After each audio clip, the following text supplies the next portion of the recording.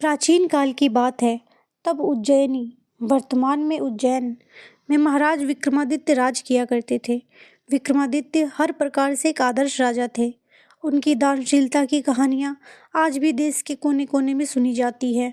राजा प्रतिदिन अपने दरबार में आकर प्रजा के दुखों को सुनते और उसका निवारण करते थे। एक दिन राजा के दरबार में एक भिक्षु आया। वह एक फल देकर चला गया। तब से वह भिक्षु प्रतिदिन राज दरबार में आने लगा और राजा को एक फल देकर जाता। राजा उस फल को कोषाध्यक्ष को सौंप देते। इस तरह 10 वर्ष व्यतीत हो गए।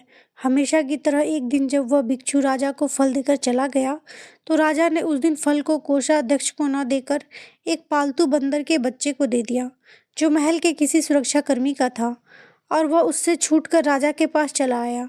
उस फल को खाने के लिए जब बंदर के बच्चे ने उसे बीच से तोड़ा, तो अंदर से एक बहुत ही उत्तम कोटि का बहुमूल्य रत्न निकला।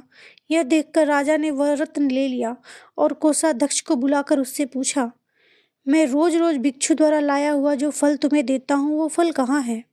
राजा ने आज्ञा दी तो कोषाध्यक्ष रत्न भंडार गया और कुछ ही देर बाद आकर राजा को बताया, प्रभु, वे तो फल सड़ गल गए, वे मुझे वहां नहीं दिखाई दिए। हाँ, चमकती झिलमिलाती रत्नों की एक राशि वहां अवश्य मौजूद है। यह सुनकर राजा कोषाध्यक्ष पर प्रसन्न हुए और उसकी निष्ठा की प्रशंसा करते हुए सारे रत्न उसे ही सौंप दिए। अगले दिन पहले की तरह जब वह भिक्षु राज दरबार में आया, तो राजा ने उससे कहा, हे भिक्षु, इतनी बहुमूल्य भेंट तुम प्रतिदिन मुझे क्यों अर्पित करते हो? अब मैं तब तक तुम्हारा यह फल ग्रहण नहीं करूंगा जब तक तुम मुझे इसका कारण नहीं बताओगे। राजा के कहने पर भिक्षु उसे अलग स्थान पर ले गया और उनसे कहा, हे राजन, मुझे एक मंत्र की साधना करनी है। मैं किसी वीर पुरुष की सहायता से अपेक्षित हूँ। हे वीर श्रेष्ठ, उस कार्य में मैं आपकी सहायता की याचना करता हूँ। यह सुनकर राजा ने उसकी सहायता करने का वचन दे दिया। तब संतुष्ट होकर भिक्षु ने राजा से कहा, देव, तब मैं आगामी अमावस्या को यहाँ के महाश्मशान में बरगद के पेड़ के नीचे आपकी प्रतीक्षा करूँगा। आप कृपया वहीं मेरे पास आ जाना।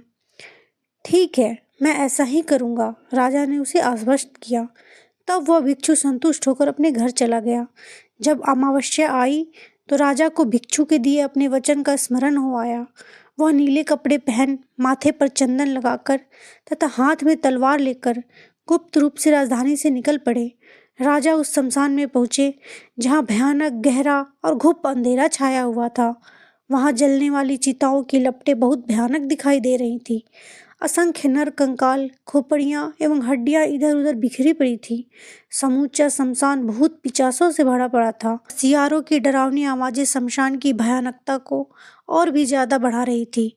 निर्भय होकर राजा ने उस भिक्षु को ढूंढा। भिक्षु एक वट वृक्ष के नीचे मंडल बना रहा था। राजा ने उसके निकट जाकर कहा, भिक्षु, मैं आ गया, बताओ मुझे क्या करना होगा? राजा की उपस्थिति को देखकर भिक्षु बहुत प्रसन्न हुआ। उसने कहा, राजन, यदि आपने मुझ पर इतनी कृपा की है तो एक कृपा और कीजिए। आप यहाँ से दक्षिण की ओर जाइए। यहाँ से बहुत दूर शमशान के उस छोर पर आपको एक शीशमपा यानी शीशम का एक विशाल वृक्ष मिलेगा। उस पर एक मरे हुए मनुष्य की लाश लटक रही है। आप उस शव को लेकर यहाँ आइए और मेरा कार्य पूर्ण कीजिए। राजा विक्रमादित्य भिक्षु की बात मानकर वहां से दक्षिण की ओर चल पड़े। जलती हुई चिताओं के प्रकाश के सहारे वे उस अंधकार में आगे बढ़ते गए और बड़ी कठिनाई से उस वृक्ष को खोज पाए। वह वृक्ष चिताओं की धुएं के कारण काला पड़ गया था। उस पर जलते हुए मांस की गंध आ रही थी। उसकी एक शाखा पर एक शव इस प्रकार लटका हुआ था जैसे कि किसी प्रेत के कंधे पर लटक रहा हो। राजा ने वृक्ष पर चढ़कर अपनी तलवार से डोरी काटी और शव को जमीन पर गिरा दिया। नीचे गिरकर वह शव बड़ी जोर से चीख उठा, जैसे उसे बहुत पीड़ा पहुंची हो। राजा ने समझा कि वह मनुष्य जीवित है। राजा को उस पर दया आई। अचानक उस शव ने जोर से अट्टहास किया। राजा उसके अट्टहास करने का कारण जानने की कोशिश कर रहा था कि अचानक शव में हरकत हुई और वह हवा में उड़ता हुआ पुनः उसी शाखा पर जा लटका। इस पर राजा एक बार फिर से वृक्ष पर चढ़ा और शव को पुनः नीचे उतार लिया।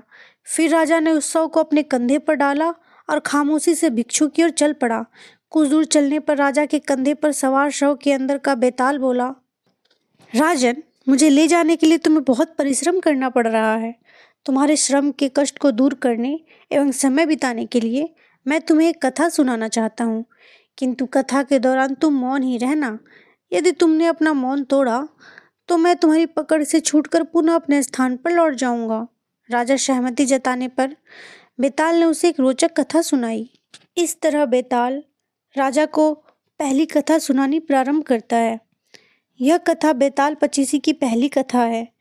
इस कथा का नाम है पद्मावती की कथा। यह कथा सुनने के लिए आप हमारे चैनल को सब्सक्राइब करें और आगे की कहानी के लिए अपडेट रहें।